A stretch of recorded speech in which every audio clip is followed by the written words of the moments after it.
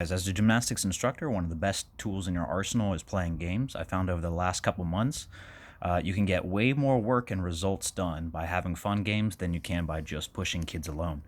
Typically, games that I use are to emphasize quality over quantity.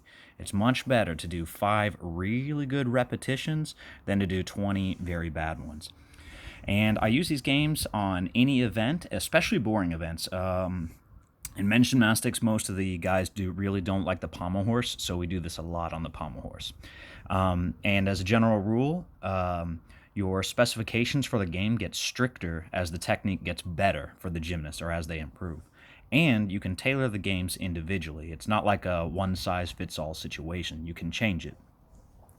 All right, the four different games that I have is first to five, make five, graded competition, and bronze, silver, gold. So let's start with first to five.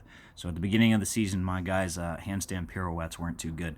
So I made a game for them that we do at the warm-up of every single exercise. And so basically, they just get 5 chances, and we see who can get the highest score out of 5 chances. They do a handstand pirouette. I draw a box and some squares and 2 lines like this. They start in between the 2 lines, kick up into a handstand. They do their handstand pirouette, whole turn, and then land back in between the 2 lines. Now, if they happen to fall to the side, doesn't count.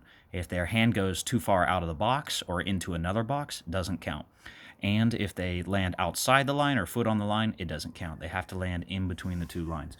And so at the beginning of the practice, so we'll say we have Bob, and he does his 5 tries. He only gets 2 points. And then we have Sean, and he does his 5 tries. And he actually gets all 5. So he can go up to the next level. He can actually go to 1.5 turn. And then we have Steve, and he gets 0. So actually he needs to go back to half turn or either 3/4 handstand pirouette, and maybe he'll land over here or over here if he's doing the half turn or the 3/4 turn. Okay, and then so the next one is make 5. Okay, so one of the things on pommel horse that people don't like is that it takes thousands and thousands of repetitions to get good, clean technique. And especially in the half circle, I try to have them end with their bottom up, so either in a tight arch position or a straight body. But most kids tend to do this. Their bottom sags down and they touch the mushroom. So what I do is I take them one at a time to the side while the other boys are doing their daily assignment. I take them one at a time aside, and I have my whiteboard, and I write their names on the whiteboard. And I say, all right, you need to show me a half circle, and maybe the half circle is easy for them, so they go to 3/4 or 1 or 1.5. You can move it up and down depending on where their level is. And you say, but in this case, he always keeps landing with his bottom down. Poor Steve. All right, so we want Steve to get his bottom up. So I say, all right, Steve, I need you to show me 5 half circles ending with the bottom up. And each time he ends with the bottom down, doesn't count. And he keeps on doing this until he hits 5 points. He needs 5 points so that I can go on to the next person. And you can also reward them. Say they get 5 points. All right, you get to do one hop into the foam pit and hop back out. Or you get 30 seconds in the foam pit or something like that. And this can also be graded as well. So there's a couple different variations. So for example, in the graded competition, I will write their names down on a board, and they can get a minimum score of 90 and they can get a maximum score of 100, 95 being the average. And most kids will start with 95. And if they make a positive change, they go up towards 100. If they make a negative change, they go down towards 90. And your goal is once you can get them in like the 97, 98 range, then they can go hop into the foam pit or something like that, some type of basic reward. Or you can just see who has the highest score in the whole class. So so in our situation here, like maybe they're just doing a circle. And if they do an okay circle, I'll give them 95. If they just complete the circle, I'll give them 95. And then on the next round, if it was with more bent legs or less pointed toes, then we start going down.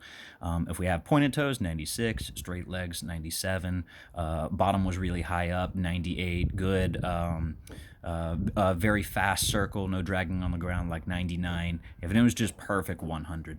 And you can do this for front handsprings as well. If you have kids that really have When they're kicking over in the front handspring and they always have bent legs, you can get them to straighten them out by saying, okay, all right, I'll give you 1 point for each front handspring that you do with straight legs. All right, don't worry about if they bend their arms. Don't worry about if their head's out. Don't worry about that. Just take it one thing at a time. All right, 5 times straight legs. Good. All right, we just got 5 repetitions where the kids had their legs completely straight. All right, good. And so the graded competition, I think, is very good. Just make sure the rules are really strict and really subjective before you go into it. Don't be like, I think it was 96. I think it was 97. Like, give them a point for something, definitely. Pointed toes, good. Straight legs, good. All right, and then the last one is bronze, silver, gold. And this is really good, especially for younger kids. And I like it when you're doing handstand holds against the wall, or if you're teaching them to jump backwards for like back handsprings and you're trying to get them to cover a long distance. So let's say if they swing their arms and they jump back and they land with their toes here, I'll give them a bronze. They land with their toes here, I'll give them silver. They land with their toes here, I'll give them gold. And the person that does it the furthest in the class, I'll give them a diamond. Good. All right, and then the next thing is like maximizing exercises such as like handstand holds with the wall. Typically, their stomach will be against the wall, and like maybe their feet will be apart, and their legs are loose, and their shoulders are not up to their ears. And you can tell the kids, okay, if you want a silver, I need to see your shoulders to your ears, and if you want gold, I need to see your legs completely straight, no stomach touching the wall, and then I'll give diamond to whoever's first place. And you can actually reward them. Say, all right, if you get a gold, you only have to do this one time. If you get a silver, 2 times. If you get a bronze, you have to do 3 handstand holds. And that really motivates them. Like most of the kids will end up getting a silver or a gold immediately. All right. So that's it.